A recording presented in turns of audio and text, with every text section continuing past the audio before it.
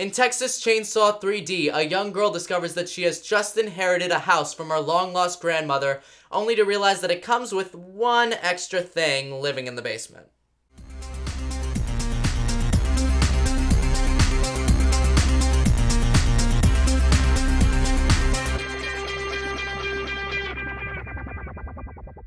Hey guys, you're watching episode 4 of That Is My Take, a review show where I review pretty much everything. In this episode, I'm going to be reviewing the new horror movie that started off the year for 2013, Texas Chainsaw 3D. As always, if you like what you see, remember to subscribe to my channel for more videos coming out soon. Remember to follow me on Twitter, like me on Facebook. All of those links are down below. Okay, if you guys are ready, let's get right into my review of Texas Chainsaw 3D.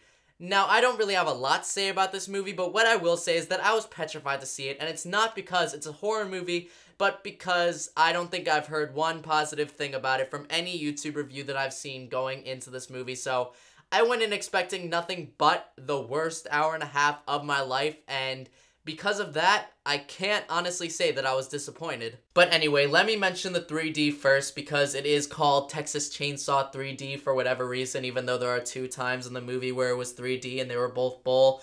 But I will describe, like I said, there were 2 times where it was in 3D, and one was the cliche that I'm sure they showed in some trailer or another, where he threw the Texas chainsaw and everyone was like, whoa, so, you know, I'm pretty sure that you could have gone in expecting that. And the other time was in the credits, and those are the only 2 that I can actually remember in the credits when it was like, Texas Chainsaw 3D. You know, like that cliche thing that they have to do with the 3D movie just because they have to have a 3D thing in it.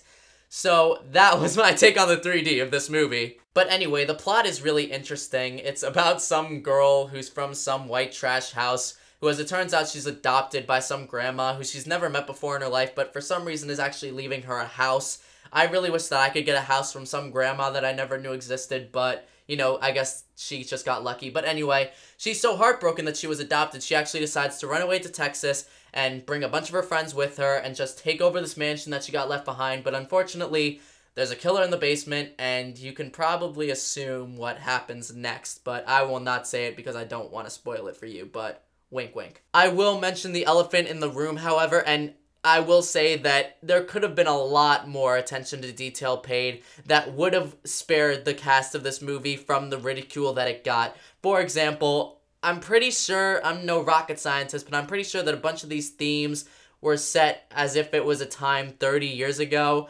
and yet at one point they started to FaceTime with each other while they were investigating the house, so there was a bunch of confusing decades going on in this movie, and if they would have avoided that, I think that they could have at least spared themselves from some bad reviews. Anyway, this movie is actually a sequel to the original Texas Chainsaw Massacre movie that came out all those years ago that I never actually saw, or any of the other movies that were in the series I never actually saw. So maybe I went in asking for it, but I doubt it because I've heard from a bunch of fans of the series that it wasn't good either, so. But I will mention that in the first 4 minutes of the movie, it is actually direct footage from the original movie, and I guess they continue it because like I said, I never saw the movie, but, you know, the house burns down, and then there is footage after that because it's obviously in the beginning of the movie, and then they pick up right after that with the storyline to Texas Chainsaw 3D. So, if you are a fan of the original movie, I will say that those 4 minutes are going to be good for you, but other than that, like I've said, based off of what I've heard from fans of the series, you might be in for a disappointment after that. But anyways, without getting too mean here, Texas Chainsaw 3D in a nutshell is exactly what you know in your heart you expected it to be. If you expected it to be something groundbreaking, then you were just lying to yourself. I'm sorry. I'm not even a fan of the movies, and I knew what I was going into. I knew that it was going to be some guy with a leather face with a chainsaw who just decides to kill a bunch of teenagers and keep them in his basement. I could have told you that, and I could have saved $13, but like I said, I really wanted to give this movie a shot because it is supposed to be such a big blockbuster, but I am not going to lie to you. I wasn't shocked by how bad it was, but I wish that I was shocked at how good it could have been. There was only one real big plot twist to this movie that I'll get into in the spoilers in just a little bit, but other than that, you know what you're getting into. I don't think any of these kids have actually acted their way out of a box. I don't know if they've ever been in a movie. I've never seen any of them. Kudos to Trey Songz for being the best actor in this movie, but other than that, all of the rest of them, nothing really brilliant about their acting choices, but You know, there is one big spoiler that I did want to mention. I don't know if it's even considered a spoiler because I don't know if they did it in other movies, but if you want to not risk it, just click away now and come back later after you've seen it and watch the rest. But anyway, the one big spoiler that I did want to talk about with this movie was actually the one that did actually make this movie somewhat enjoyable for me, and that is that by the end, we were actually rooting for the Texas Chainsaw Killer, the Leatherface guy. I don't know if that's his name, but you know, it was actually interesting to see that the cops in this turned out to be the bad guys, and the Texas Chainsaw guy was actually the good guy in a way. And, you know, he was apparently so good that the girl by the end just was rooting for him and threw him a Texas Chainsaw and said, "Go get him, cuz I don't care that you killed a bunch of my friends. It's fine." I don't know. But that was the one enjoyable part. I've never seen the bad guy in the beginning actually be the one who you root for at the end. I think that they could have done more with that and made it much more enjoyable, but they didn't, so it's not exactly the best review that I'm ever going to leave for a movie, I'll tell you that.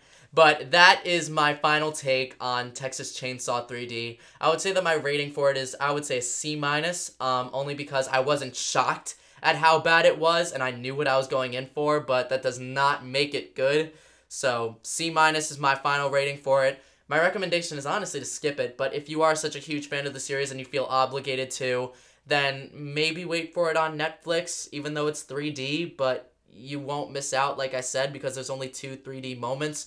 But that's my take on this movie. Like I always say, please remember to subscribe to my channel for more videos coming out soon. Remember to like the video for all the work that I put into it, and remember to comment below. Let me know your take on the movie. Did you like it? Did you not like it, like basically everyone else? Let me know. I would love to know if someone actually enjoyed this movie, because maybe I would love to see a different opinion on that. So let me know your take on the movie. But like I said, subscribe for more videos coming out soon, and I'll be back. Alright, thanks for watching, guys.